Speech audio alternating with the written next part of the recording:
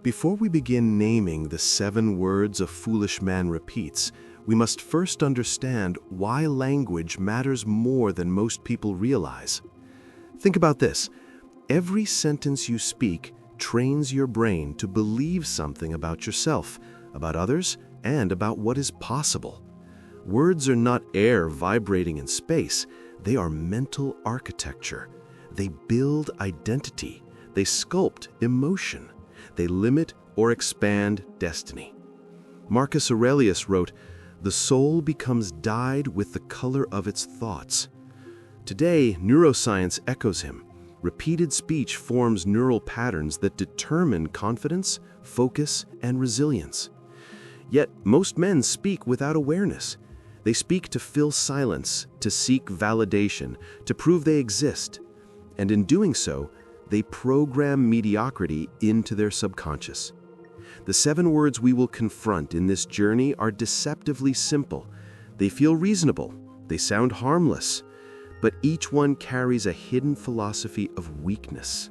Combined, they turn a man's ambition into ash. The tragic part is that foolish men rarely know they are foolish.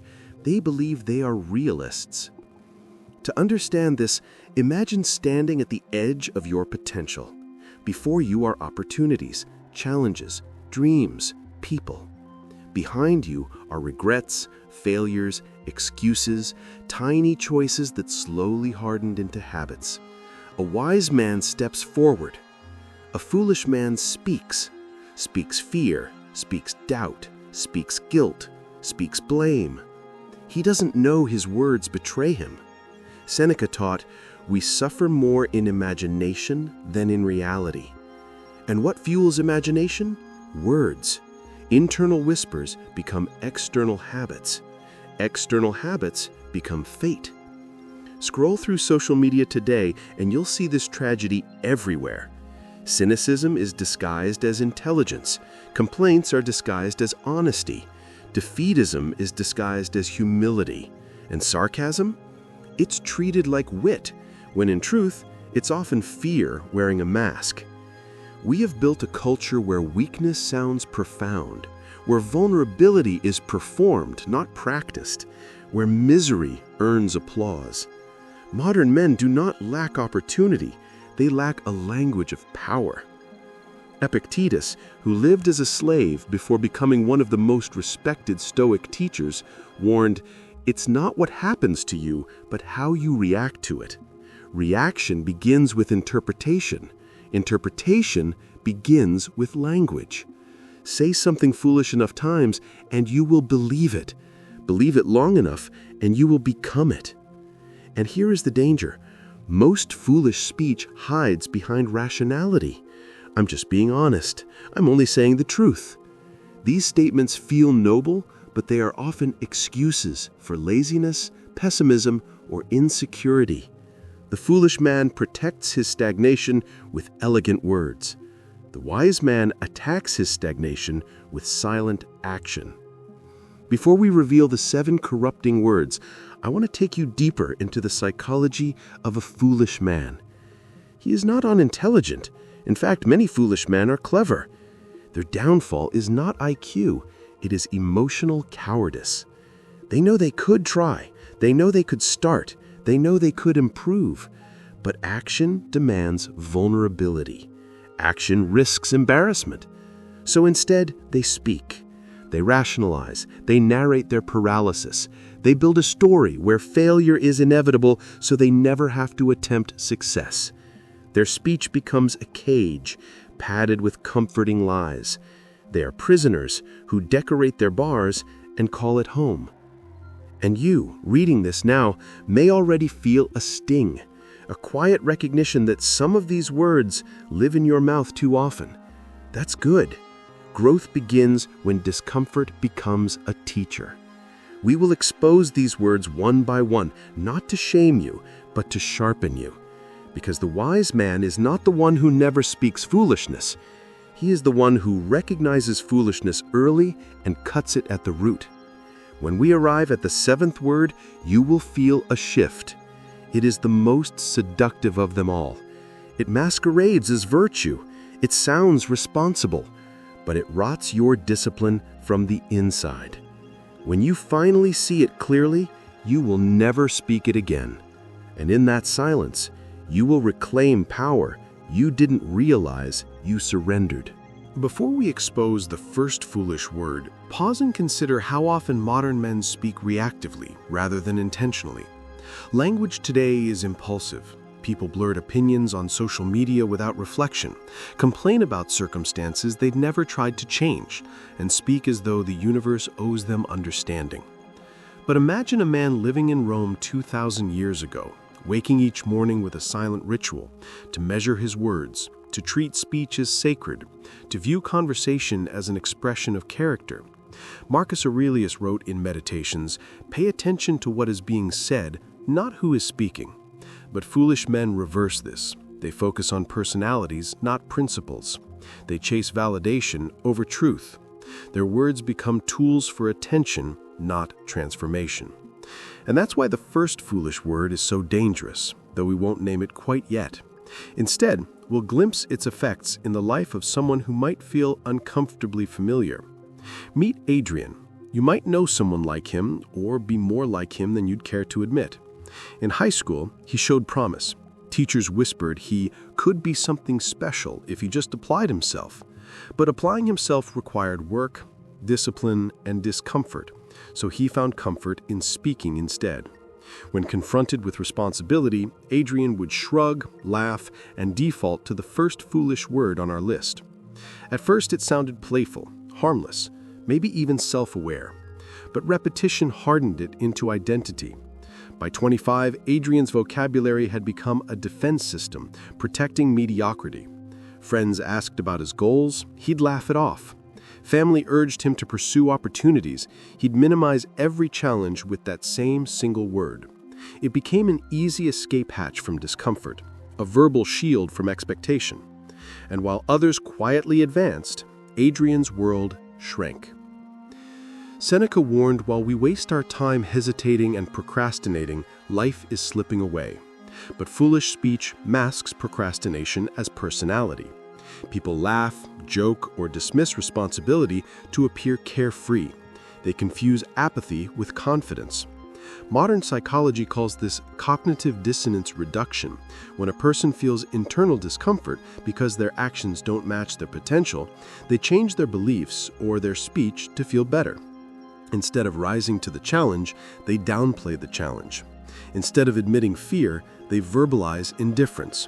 The foolish word we are circling creates instant relief. It's a verbal painkiller, but like any painkiller, it prevents healing, and soon it becomes addictive. Now picture Adrian at 30. His old classmates have moved forward, careers, relationships, growth. Adrian scrolls through social media at 2 a.m., feeling an emptiness he cannot explain. Neuroscientists call this social comparison distress, and it triggers the brain's threat system. But instead of confronting reality, Adrian reaches for the first foolish word once more. It comforts him. It tells him none of this matters. It gives him permission to stay the same. But deep down, he knows he is lying. A wise man confronts discomfort. A foolish man narrates it away. And Adrian doesn't realize that every time he speaks this word, the brain releases a soothing cocktail of dopamine, rewarding the avoidance of accountability. Epictetus warned his students, if you want to improve, be content to be thought foolish and stupid. Real growth requires vulnerability. It requires admitting, I care. I want better. I will try. But foolish speech protects pride by sacrificing possibility. Adrian becomes bitter, though he smiles outwardly. He jokes about ambition as though ambition is naive. He mocks the disciplined as obsessed. He uses sarcasm as a shield, and each time he speaks the first foolish word, he digs his identity deeper into the soil of stagnation.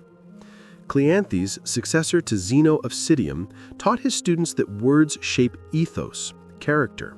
Adrian doesn't know it, but the soil he's planting is infertile, and like a man surprised by winter, he will wonder why nothing grows. You might sense what the first foolish word is by now. You've probably heard it casually thrown around. Maybe you've spoken it yourself when expectations felt heavy. But think about this. Wise men rarely speak dismissively about things that matter. They either commit or remain silent. They respect the weight of potential. Adrian's tragedy isn't unique, it's common. You've seen people like him turning life into a joke to avoid feeling the pain of unrealized potential. But silence yourself for a moment. Where in your life do you laugh when you should build? Where do you shrug when you should sharpen? The first foolish word will reveal itself shortly, but not yet. Because first, you must understand what truly separates a careless tongue from a disciplined mind. And when we name it, you will hear echoes of it in conversations from yesterday, last week, maybe even this morning. Some words are more dangerous than swords because they cut silently, invisibly, shaping your mind before you even notice. Imagine a man like Adrian, trapped by habits he doesn't recognize. Every day he speaks, he unknowingly constructs limitations, weaving a cage from his own syllables. Some words seem harmless. They sound ordinary, almost thoughtful, but they quietly erode courage and ambition. There is one such word he utters constantly, without realizing the damage it causes. It isn't loud or aggressive, it doesn't command attention, but it has power over his mind, over his choices, over the trajectory of his life. Epictetus once said, "It's not what happens to you, but how you react to it that matters."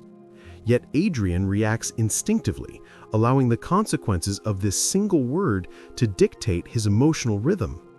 Every time he faces a challenge, a slight discomfort, or an expectation, this word rises automatically, like a reflex.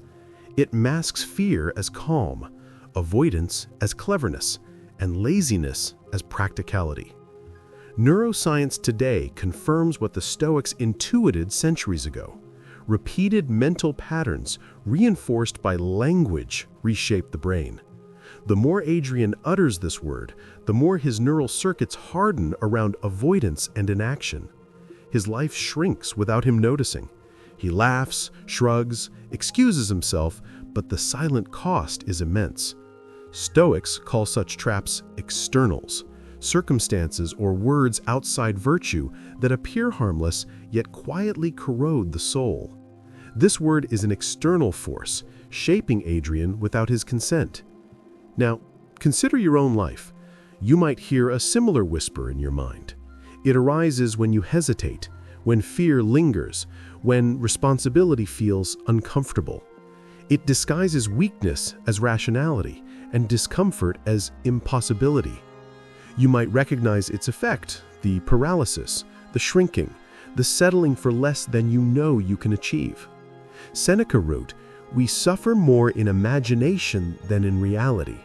But what if your imagination is being fed daily by a word that teaches your mind to avoid, to dismiss, to shrink? The consequences extend beyond thought. They leak into action, or rather into inaction. Every choice deferred, every opportunity ignored, every conversation skirted is a testament to the silent authority of this word.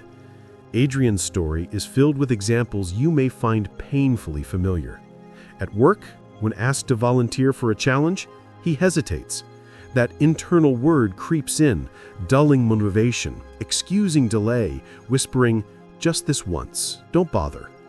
At social gatherings, when others debate ideas or assert themselves, he retreats quietly, comforted by its invisible sway. Even relationships suffer. He avoids confrontation. He avoids risk. He avoids expressing true desire, all under its subtle influence. Cleanthes, Zeno's successor, emphasized that character is forged through intentional action. But Adrian's character is slowly molded by omission, not decision, by silence, not courage, by this unspoken word. And here is the cruelest part. The word feels safe. It is soothing, protective, convincing him that inaction is acceptable, that avoidance is wisdom. It lulls the nervous system into calm while simultaneously training it to fear effort. He feels justified. He feels rational. He even feels clever. Yet every step backward, every moment of self-doubt reinforced by this word, compounds over time. He doesn't see the slow decay until the consequences are undeniable. Projects half finished, relationships strained, opportunities missed. Like a shadow stretching across the day, it passes unnoticed until it blankets everything. And the worst part, many men speak this word constantly without even realizing it, while mistaking themselves for thoughtful, practical, or wise. So, before we ever name it, recognize this. Some words are quiet architects of your fate. You may already know the feeling, the hesitation, the shrinking, the quiet disempowerment, but you cannot yet see the name. In the coming paragraphs, we will explore others that carry similar invisible force. Each one compounds the last. Each one tightens the grip on thought, emotion, and action. And by the time we reach the revelation of their names, you will recognize them immediately in yourself, in Adrian, and in everyone around you. The stakes are high. This is not just theory. It is the blueprint for freedom or for a lifetime of quiet surrender. And so the journey continues, teasing the truths that, once revealed, may change everything. There is another word, different from the first, yet equally insidious. It creeps into Adrian's speech at the most unexpected moments. He doesn't even realize he is speaking it. It has become reflexive, like a shadow that follows every sentence. This word is subtle, polite, seemingly harmless, yet it quietly shapes perception, emotion, and identity. Adrian uses it when he wants to belong, when he wants approval, when he fears being too large for a conversation or too bold for a room. On the surface, it appears virtuous. Beneath, it is a leash, tying him to others' expectations and eroding his sense of agency. Epictetus wrote, "No man is free who is not master of himself." And yet, this word convinces men like Adrian that humility is freedom, that retreat is grace, that shrinking is protection. Its power is hidden in repetition. The more Adrian speaks it, the more his nervous system learns to anticipate judgment, disappointment, and conflict. Every use reinforces self-doubt and diminishes assertiveness. Modern psychologists describe this as behavioral conditioning, a pattern where repeated submissive signals train the brain to default to avoidance and compliance. In social settings, it manifests as over-politeness, unnecessary disclaimers, or self-effacing comments. The word whispers constantly. You are a burden. You must not disturb. Your needs are secondary. Adrian feels polite, considerate, and thoughtful. Yet each syllable silently contracts his presence, diminishing his ability to take space, to act decisively, to influence outcomes. It is a master of disguise, a villain hiding in civility. Imagine the subtle tragedies it produces. At work, Adrian hesitates to propose solutions because he fears rejection. In friendships, he avoids sharing desires or asserting preferences. In relationships, he over-apologizes for minor mistakes, building a habit of subordination. Each time he utters this word, he experiences a micro-relief, momentary comfort, but the long-term cost compounds. Reduced confidence, lost opportunities, and internalized belief that his voice matters less. Seneca observed, "We are more frightened than hurt, and we suffer more in imagination than reality." This word ensures that imagination manufactures constant fear, and action is paralyzed before it begins.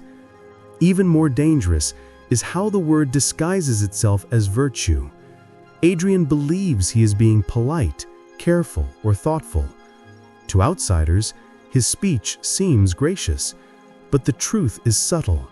He is shrinking in order to hide from discomfort, not because he has chosen a principled path. Cleanthes would remind us that wisdom is measured by alignment of thought, speech, and action. And this word silently misaligns all three. Adrian's identity begins to warp. He starts expecting the world to overlook him, to excuse him, to carry him along. The moment he internalizes that expectation, freedom slips, and he does not even notice. Before moving on, reflect on your own life.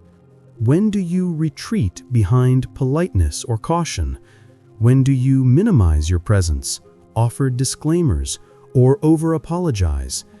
The patterns are easy to overlook because society often rewards them superficially. People nod, smile, even praise. Yet beneath the surface, something vital shrinks. Energy, courage, initiative, all slowly contract. The next word we will explore shares a similar subtlety. It is deceptively comforting, seductive even, yet it sabotages momentum, drains willpower, and leaves men frozen in ordinary lives. And when we eventually reveal it, you will recognize its echo in your own speech, perhaps startlingly, perhaps uncomfortably, but inevitably. There is a third word, more insidious than the last two, that Adrian speaks almost unconsciously. It is quieter, more internalized, yet every time it is implied, it reshapes perception, limits potential, and erodes confidence. Unlike the first two, which influence others' perception of him, this one attacks his inner dialogue, creating invisible barriers that convince him he is powerless before effort even begins. It is a word that whispers hesitation, cloaks fear in rationality, and disguises avoidance as insight. Marcus Aurelius warned, "You have power over your mind, not outside events. Realize this, and you will find strength." But this word ensures that Adrian forgets the lesson. He hears it inside, repeating, rehearsing, normalizing surrender before action has even started. Its impact is insidious because it feels truthful. It is the word that convinces Adrian he lacks time, skill, or energy. It rationalizes inaction, validates fear, and shields the ego from discomfort. Modern neuroscience shows that such mental patterns strengthen avoidance circuits in the brain, making action feel unnatural or exhausting. Every day, he encounters minor challenges, tasks at work, difficult conversations, personal goals, and the word surfaces silently, a tiny but powerful voice urging delay, doubt, and withdrawal. Over time, it becomes a reflex, a default setting, like a muscle contracted into habitual weakness. The world continues moving around him while he rehearses excuses internally, never realizing the quiet saboteur operating inside his mind. Consider the emotional consequences. Every time Adrian entertains this internal word, stress diminishes temporarily, but long-term anxiety increases. He feels safe from failure in the moment, but the cumulative effect is self-doubt and hesitation. Opportunities pass unclaimed, skills undeveloped, relationships shallow. He tells himself he cannot, he avoids, he deflects, but the subtle tragedy is that he is fully capable. Epictetus would say, "It's not things that disturb us, but our judgments about them." This word ensures the judgment is always in favor of retreat, never action. And so Adrian's life, though seemingly ordinary, is quietly molded by avoidance. The brilliance of this word lies in disguise. It masquerades as realism, pragmatism, and rational thinking. To the outside world, Adrian appears cautious, thoughtful, deliberate. To himself, he feels reasonable. But the Stoics would see it differently. Wisdom requires courage, discipline, and engagement with reality, not excuses that postpone effort. Cleanthes, Zeno, and Seneca all emphasized alignment of thought, speech, and action. Yet every time Adrian indulges this word, the three diverge. His actions shrink, his speech hesitates, and his thoughts betray him. And he doesn't even notice. The word is invisible until you trace its consequences. Lost potential, stifled initiative, and a creeping sense that life is slipping past. Before we move to the fourth word, pause and reflect. Think about your inner dialogue. Are there moments when hesitation or doubt convinces you to stay passive? When fear dresses itself as caution? When comfort whispers that effort is unnecessary, dangerous, or foolish? You know the feeling. You've felt it before. And the truth is, the cumulative power of these silent words is staggering. They shape destiny before you can even act. The fourth word, coming next, is just as subtle, just as quietly corrosive. It attacks emotion directly, hijacks self-perception, and ensures that the patterns established by the first three are reinforced daily. By the time its influence is revealed, you'll recognize it immediately in yourself and perhaps even more clearly in those around you. The fourth word is quieter than the ones before, yet it wields an emotional power few notice. Unlike hesitation or avoidance, this word operates on feelings, shaping perception of self and others. Adrian utters it instinctively in moments of discomfort, when he feels exposed, uncertain, or guilty. It is not spoken aloud in every case. Sometimes it is internal, reverberating silently, coloring thoughts and coloring actions. It convinces him that his emotions are untrustworthy, that his desires are dangerous, and that he must shrink to preserve peace. Seneca warned, "No man can have a peaceful life who thinks too much about himself." Yet this word tricks him into overthinking, not about virtue, but about avoidance, compliance, and perceived risk. Its subtlety lies in how it trains the nervous system. Modern psychology describes this pattern as emotional self-handicapping. Each time Adrian entertains this word internally, the amygdala experiences temporary relief. Discomfort is avoided, conflict postponed, but over time, the prefrontal cortex learns to anticipate failure, criticism, or embarrassment. The result is a shrinking of courage, initiative, and emotional resilience. He becomes reactive rather than proactive. His relationships falter, opportunities pass, and even his internal sense of worth diminishes. What feels like prudence or humility is in reality subtle self-sabotage. And like all the others, it is deceptively seductive. It feels safe, rational, and even virtuous. Picture a moment in Adrian's life. At work, a presentation is due. A colleague hesitates. An opportunity to speak arises, and Adrian internally entertains this word. He feels the emotional pull to retreat. His pulse rises slightly. He senses judgment, risk, failure. The word whispers, "Stay small, stay invisible, avoid discomfort." He nods politely, stays quiet, and later berates himself internally. Relief in the moment, regret later. The cycle repeats daily. Marcus Aurelius urged constant vigilance. Be like the cliff against which the waves continually break, but it stands firm and tames the fury of the water around it. Adrian, by contrast, lets waves dictate his every motion, and the quiet emotional word ensures they do. The genius of this word is its camouflage. Adrian believes he is being thoughtful, cautious, emotionally intelligent. He tells himself he is avoiding harm, maintaining peace, or being reasonable. Outsiders see politeness, kindness, or reflection. But the Stoic sees compromise of virtue. Every utterance, every internal echo is a mini-surrender of agency, a retreat from action that should align with reason, discipline, and courage. Cleanthes emphasized that character is measured in alignment of thought, speech, and action. This word subtly misaligns all three.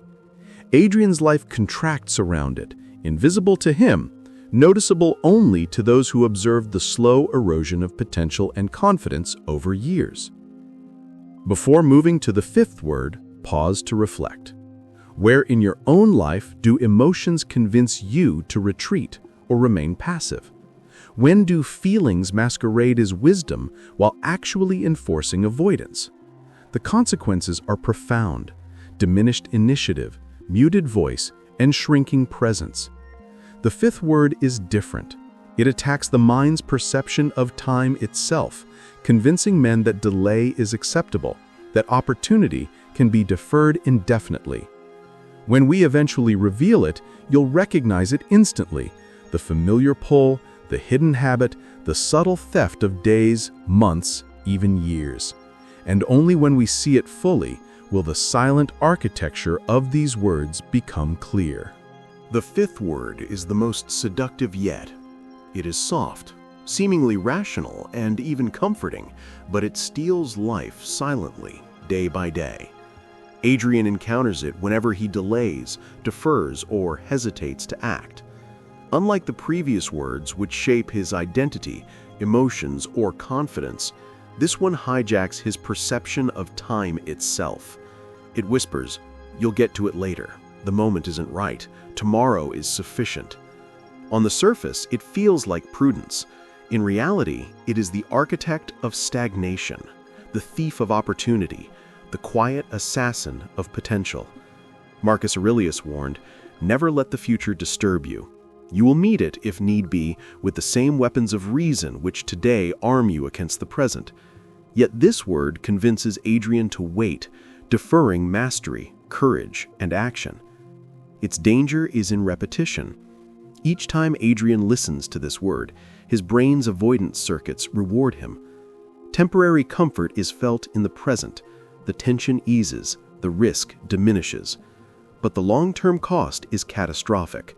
Deadlines come and go, opportunities evaporate, relationships remain shallow, and personal growth stagnates. Neuroscience shows that procrastination and deferral activate reward centers briefly, creating an addictive pattern. Adrian feels clever, controlled, even safe, but each repeated indulgence builds a neurological habit of inaction. Time passes, momentum is lost, and the soul slowly contracts around deferred life. Stoicism teaches that freedom is exercised now through deliberate action. This word quietly ensures that now never arrives. Consider a scene from Adrian's life. He wants to start a course to improve his skills. The thought excites him, but the word whispers, "later." He rationalizes. The timing isn't perfect, work is busy, energy is low, comfort prevails, he delays. Months pass. He repeats the cycle. The cost is invisible at first, then undeniable. Stagnation, missed growth, diminished confidence. Every deferred decision compounds the previous, creating a life perpetually postponed. Seneca warned, "It is not that we have a short time to live, but that we waste much of it." And yet, the fifth word encourages precisely that waste, dressed in rationality, patience, or self-preservation. Adrian doesn't resist, he trusts it, thinking he is acting wisely. The insidiousness of this word lies in disguise. It feels safe, reasonable, even clever. Outsiders may nod, seeing prudence. Internally, Adrian experiences temporary relief, but the Stoics teach that courage is immediate, disciplined action. Zeno reminded his students that virtue is realized in engagement with the present moment, not in waiting for hypothetical conditions to align. The fifth word hijacks presence, eroding focus, motivation, and initiative. And its power is subtle.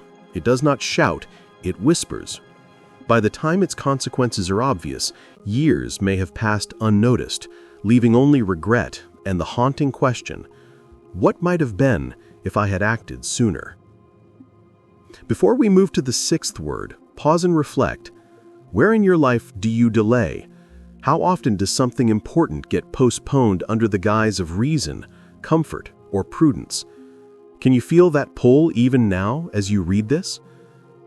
The sixth word is cunning in a different way. It doesn't attack time, emotion, or hesitation. Instead, it hijacks logic, making you feel clever while secretly reinforcing the habits of avoidance and weakness instilled by the previous words. When we finally reveal it, its impact may startle you, because it is likely one you have uttered countless times without ever realizing its true effect. Now we approach a word more dangerous than the ones before, one that doesn't just steal time or shrink presence or silence emotion. This word operates under the guise of cleverness, reasoning, or insight. It convinces a man like Adrian that he is wise, careful, and discerning, while in truth it quietly manipulates his thoughts, justifies inaction, and reinforces every habit of avoidance he has cultivated. It is invisible, yet its influence is profound. Imagine someone speaking, thinking, or planning, and yet every decision is subtly postponed or deflected by a word that feels rational, practical, or even virtuous. That is the power of this sixth word. It is a master of disguise, the shadow behind every hesitated action, every deferred opportunity, every compromised ambition. Adrian's life provides the perfect example. Whenever a challenge arises, a decision must be made or responsibility calls, this word emerges internally. He feels clever, reasoned, cautious, but the outcome is always the same: hesitation. The task is delayed, the action half-hearted, the opportunity squandered. Psychologists call this cognitive rationalization. The mind invents justifications to avoid discomfort, preserve ego, and maintain the illusion of wisdom. Every utterance of this word reinforces the neural circuits of inaction, creating a subtle yet powerful habit. The genius of it is that Adrian doesn't feel lazy. He feels smart, prudent, even morally justified. But the Stoics would call this deception for what it is: a theft of freedom, a compromise of character, a surrender of agency. Its consequences stretch far beyond missed deadlines or neglected opportunities. Adrian becomes predictable to others, subtly unreliable, and increasingly invisible in the spheres where he might have influence.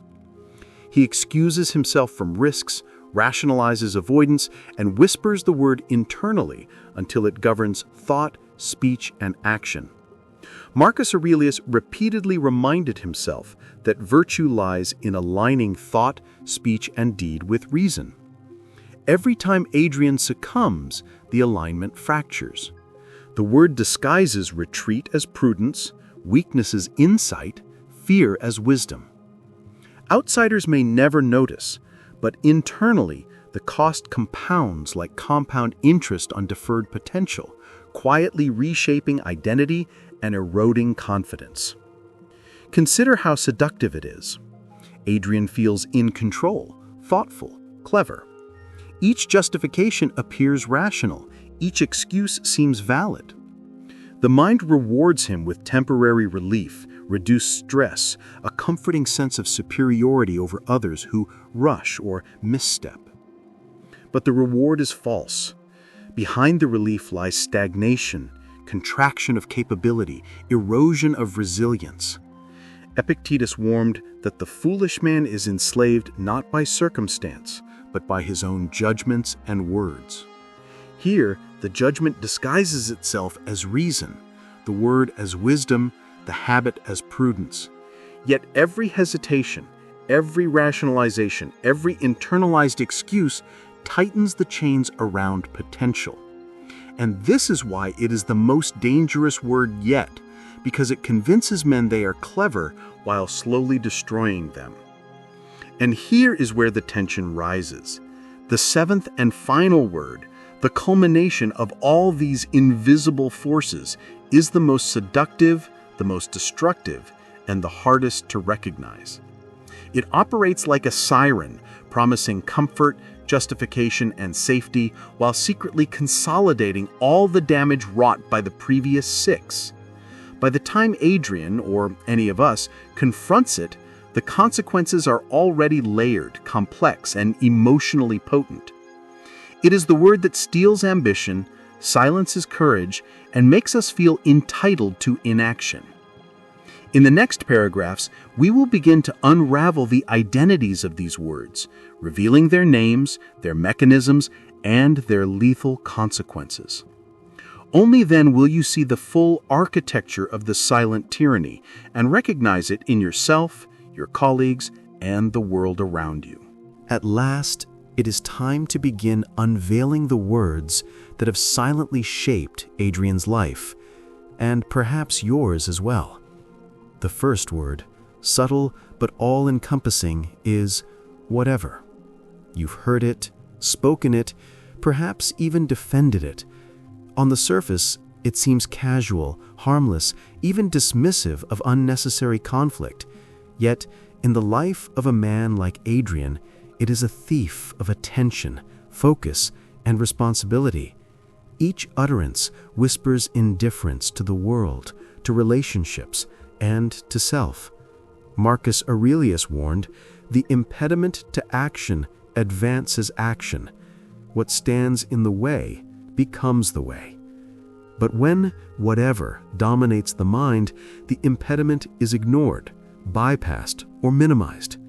Nothing stands in the way because nothing matters enough to engage. Whatever creates disengagement, a subtle erosion of vitality and purpose. Consider the stories we followed. Adrian uses whatever to shrug off discomfort, avoid confrontation, and sidestep responsibility. At work, when a colleague challenges an idea, he mutters, "Whatever," retreating into passivity. At home, when a friend or partner expresses frustration, "Whatever" slips out, signaling detachment and emotional unavailability. The word seems simple, yet its impact is profound. It teaches the nervous system to avoid tension, to ignore challenge, to shrink from engagement.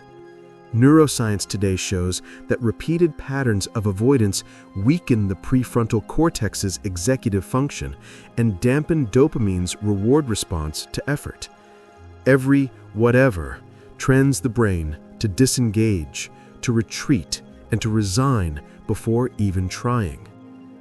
But the subtle genius of this word is in its camouflage. Adrian feels clever, unbothered, and even self-protective. Outsiders often interpret it as casual or humorous, yet the Stoics would see it for what it is, a compromise of virtue, a surrender of agency. Epictetus reminded students that freedom comes from mastery over self, not avoidance of challenge. Each whatever distances Adrian from freedom, emotionally, socially, and morally. The world continues, indifferent, while he erodes his own presence. The damage is cumulative, invisible at first, but powerful over time. Relationships strain, opportunities fade, and inner strength atrophies. It is a quiet thief, disguised as detachment, teaching resignation in place of courage. Now, here is the fascinating part. The word whatever is contagious. Once the habit forms, Adrian begins applying it internally. Thoughts of ambition, discomfort, or challenge are met with the same resignation. "I'll try, whatever happens. It doesn't matter, whatever." Even in planning, the word whispers detachment. The mind subtly reframes obstacles as meaningless, discouraging initiative, diluting effort, and eroding satisfaction. Cleanthes emphasized alignment of thought, speech, and action. Whatever misaligns all three, creating internal dissonance. Adrian appears casual, flexible, even tolerant, but internally he has surrendered control over what matters most. The first word, seemingly trivial, has already begun shaping a life of quiet mediocrity. Before we move to the second word, pause to reflect. Where do you say whatever? When have you used it to avoid conflict, responsibility, or emotional engagement? Do you notice the subtle ways it withdraws you from life, even while appearing harmless? The power of these words lies in this tension. The moment feels inconsequential, but the effects compound daily, invisibly, until years later, potential is lost, presence is diminished, and regret seeps in. And yet, the second word, more emotionally insidious than the first, awaits. ready to hijack feelings, self-perception, and subtle decisions. Its influence is quiet, pervasive, and devastating. And when revealed, you will recognize it instantly. The second word, quieter but far more emotionally insidious than whatever, is sorry. Not the polite, occasional apology that keeps relationships healthy, but the habitual, reflexive, self-diminishing sorry that Adrian utters for every minor inconvenience, every personal thought, every imagined offense. On the surface, it appears courteous, considerate, or even humble, but in reality, it anchors him to guilt, weakness, and self-erasure. Epictetus warned, "It is not events themselves that disturb us, but our judgments about them." The habitual sorry is the judgment that everything about oneself is a potential offense, that one must shrink to maintain peace. Each utterance diminishes his agency, weakens assertiveness, and trains the nervous system to anticipate avoidance rather than action. Adrian's overuse of this word is everywhere. At work, he apologizes for asking questions, for sharing ideas, for making minor mistakes that have little consequence. In relationships, he apologizes for feelings, for desires, for simply being present. Each sorry feels momentarily relieving, the tension eases, the social friction diminishes, but the long-term effect is subtle erosion of confidence. Neuroscience shows that repeated patterns of self-blame activate stress circuits and reinforce learned helplessness. Adrian is literally training his brain to shrink. What feels polite or considerate is actually a chronic drain on self-mastery and presence. The genius of this word is its disguise. To outsiders, Adrian seems thoughtful, empathetic, careful. To himself, he feels morally upright, conscientious, even virtuous. Yet the Stoics see clearly that character is tested in alignment of thought, speech, and action. Cleanthes and Zeno emphasize that virtue is strength expressed, not fear concealed. Each overused sorry fractures that alignment. His actions are passive, his speech submissive, his thoughts self-effacing. The cumulative effect? Subtle surrender. Over years, his identity begins to contract. He becomes quieter, more cautious, more hesitant, and even his desires diminish. What feels like morality is, in reality, a seduction by fear. Consider a moment. A friend interrupts a story Adrian is telling. Instantly, he says, "Sorry, go ahead." He feels polite, socially acceptable, even generous. But internally, a subtle surrender occurs. Every time this habit repeats, the nervous system learns discomfort avoided, self-minimized, presence withdrawn. Marcus Aurelius constantly reminded himself to align thought and action with reason, not fear or social expectation. Adrian, meanwhile, has internalized the word's control. It quietly dictates how he approaches interactions, decisions, and opportunities. And this is the brilliance and danger of the word. Its effect is invisible until reflected upon, yet it has already reshaped behavior, identity, and potential. Before we move to the third word, reflect. Where do you over-apologize? How often do you say sorry for existing, for expressing, for asserting? The word feels harmless, even virtuous, but its power is in shaping thought, conditioning the mind, and constraining action.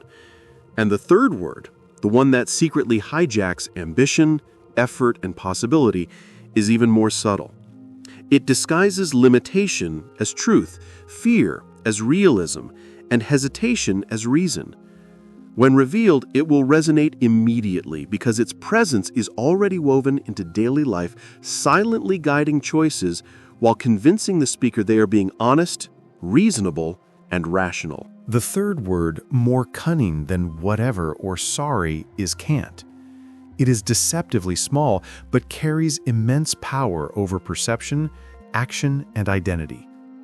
Adrian utters it whenever he encounters challenge, discomfort, or effort that demands more than he is willing to give. On the surface, it appears truthful.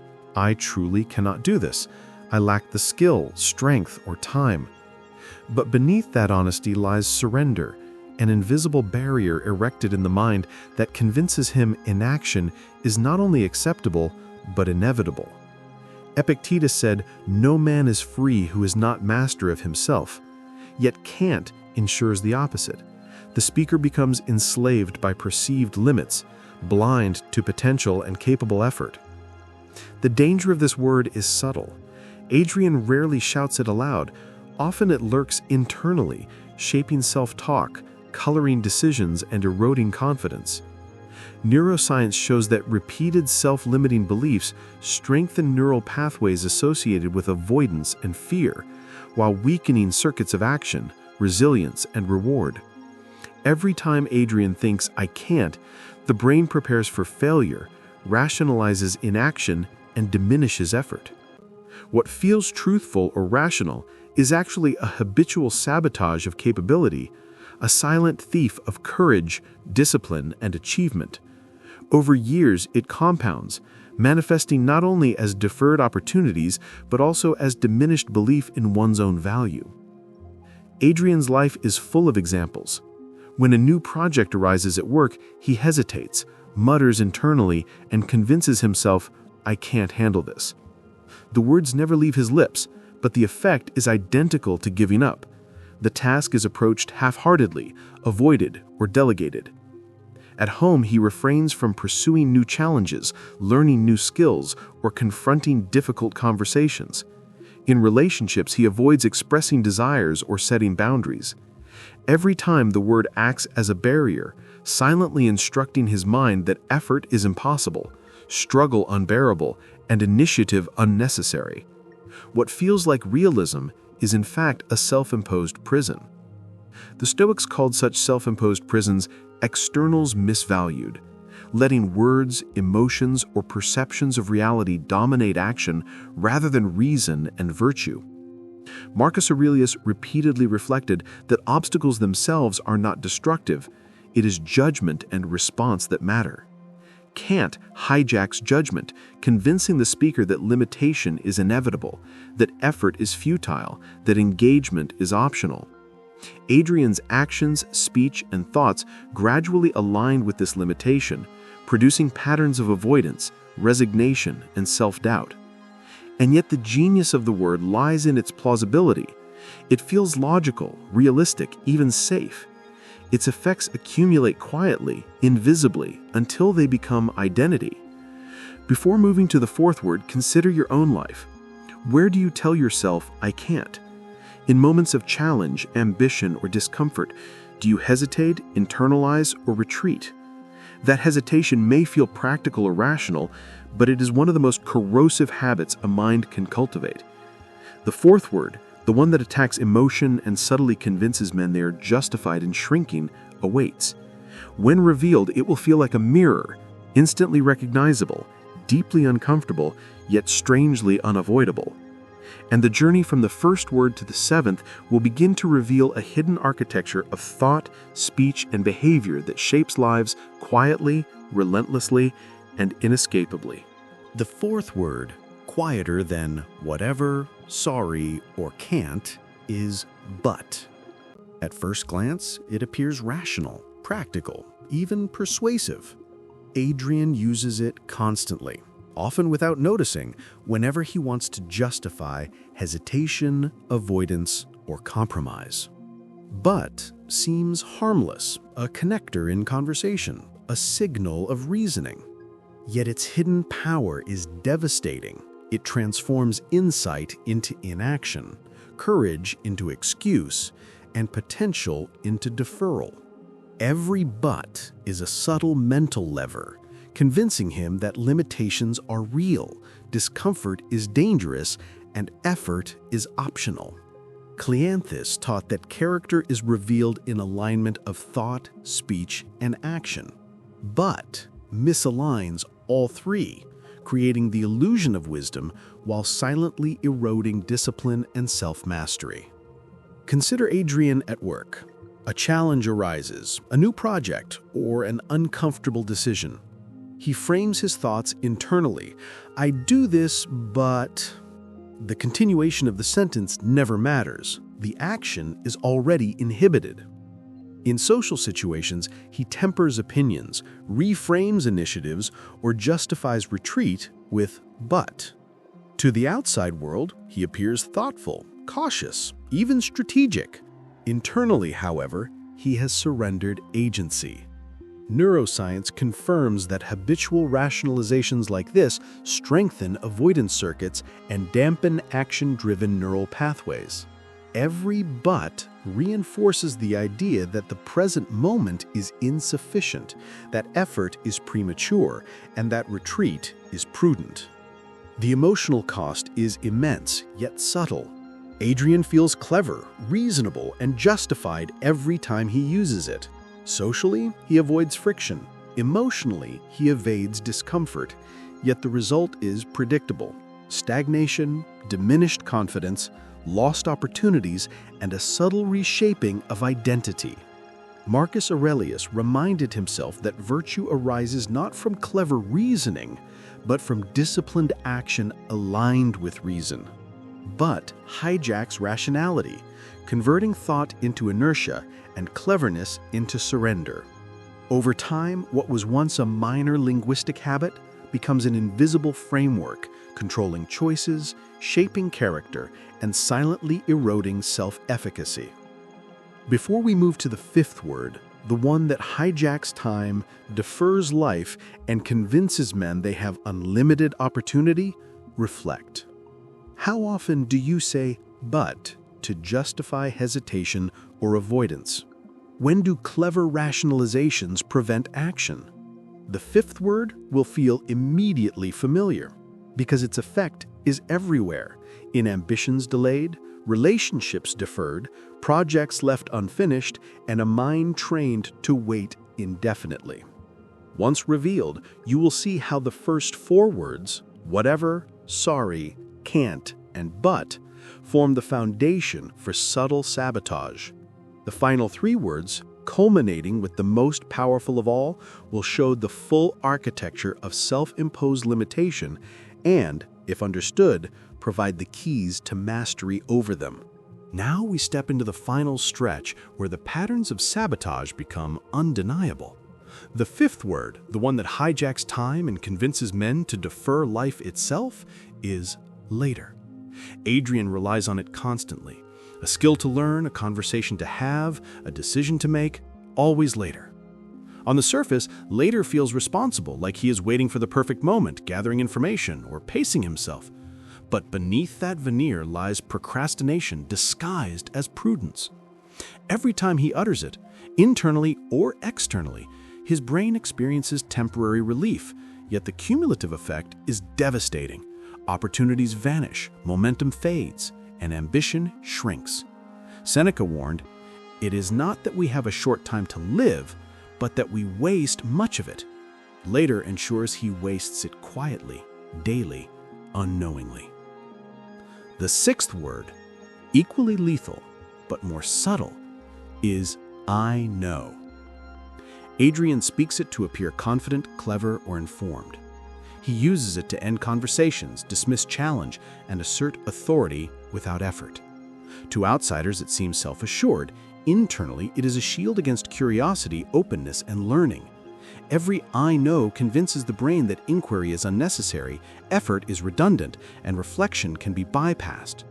Marcus Aurelius frequently reminded himself that wisdom is a journey, not a destination.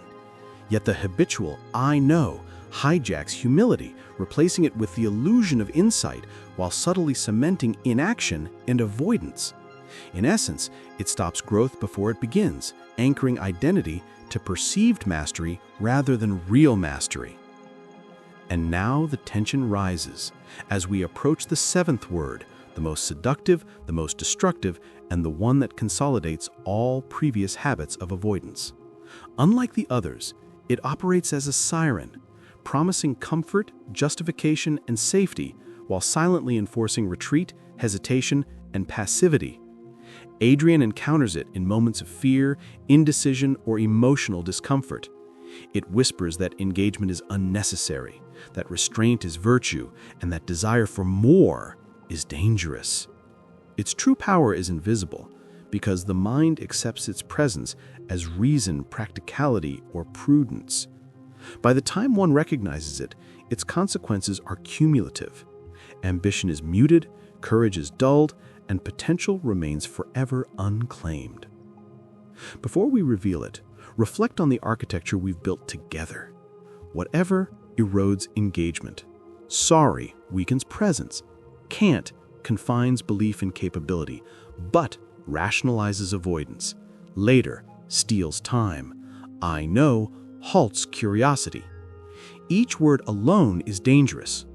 Together, they form a framework of subtle self-sabotage. And the seventh word, the pinnacle of this silent tyranny, ties them all together, transforming clever rationalization, emotional avoidance, and deferred action into a nearly invisible pattern that governs identity, thought, and choice. The final revelation will feel shocking, but unavoidable. It is the word you've likely whispered countless times without realizing its power. And in the next paragraph, we confront it fully, exposing the final veil and revealing the path to mastery over all seven. Finally, we arrive at the seventh and most powerful word: maybe. At first glance, it seems harmless, even flexible, like it offers choice or possibility.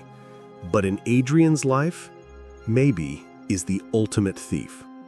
It consolidates the influence of the previous 6 words: whatever, sorry, can't, but, later, and I know, and transforms hesitation, avoidance, and deferral into identity itself. Every maybe whispers doubt, cloaks fear in potential, and disguises avoidance as prudence. It is the word that convinces a man he is open-minded, careful, or reasonable, while secretly surrendering action, opportunity, and mastery. Epictetus warned, first say to yourself what you would be, and then do what you have to do. Maybe ensures the first step is never taken. Consider Adrian's daily encounters. A new opportunity arises at work. Internally, maybe surfaces. Maybe I can do it. Maybe I shouldn't. Maybe it's too risky. Maybe I'll fail. He never speaks the word aloud, but the effect is total paralysis. At home, a personal goal emerges, a conversation, a risk, a change. Yet maybe convinces him to delay indefinitely. Socially, emotionally, intellectually, it creates a cloud of hesitation that colors every decision. Neuroscience confirms that repeated indecision strengthens avoidance pathways and reduces the brain's reward response to action. Every maybe is a quiet recalibration toward inaction, fear, and compromise.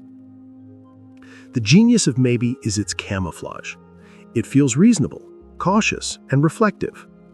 Adrian experiences temporary comfort, as if he is maintaining balance, considering options, or protecting himself from harm. Outsiders may interpret it as thoughtful, open-minded, or flexible. Yet the Stoics would recognize it immediately as self-deception, a surrender of rational action, and a corruption of character. Cleanthes and Zeno taught that virtue is measured in alignment, thought, speech, and action united with reason. Maybe fractures that alignment. It reinforces whatever, amplifies sorry, strengthens can't, justifies but, defers like later, and halts curiosity like I know. It is the ultimate silent tyrant. Now, reflect. These 7 words, whatever, sorry, can't, but, later, I know, maybe, may sound small, ordinary, even innocuous. Yet they construct a framework that controls the mind, erodes courage, sabotages ambition, and contracts identity. Stoicism teaches that freedom lies in mastery of thought and speech. in deliberate action aligned with reason. Marcus Aurelius reminded himself to confront discomfort, act with purpose, and align every moment with virtue. By recognizing the words that shape you silently and refusing to let them dictate thought, emotion, and action, you reclaim agency. You step into the full measure of your potential, undistracted by invisible saboteurs, fearless in the face of opportunity, deliberate in every choice. Take this reflection into your life. Notice the words you speak and think. Observe when hesitation, avoidance, or rationalization creeps in. Replace whatever with attention. Sorry with presence. Can't with courage, but with clarity. Later with now. I know with curiosity, and maybe with commitment. Each word is a subtle training of the mind. One can erode, the other can empower. The Stoics provide the framework, neuroscience confirms the mechanism, and personal experience illuminates the cost. You now hold the mirror to your habits, the key to your freedom, and the path to mastery. The words have been revealed, but your journey begins with choice, action, and the courage to speak differently from this moment forward.